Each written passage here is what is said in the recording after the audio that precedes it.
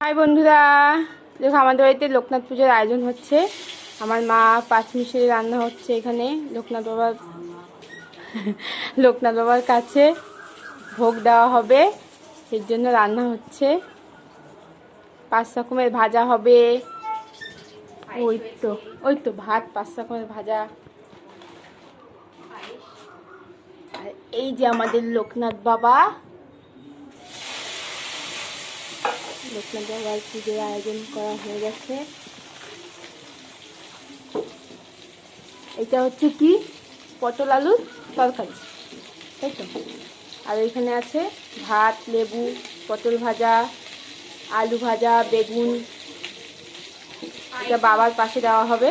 পায়েসও আছে, বাবার পাশে দেওয়া হবে। আর এইখানে আমার বোন খিচুড়ি হবে, খিচুড়ি ভোগ, এর জন্য সবজিগুলো কেটে নিচ্ছে।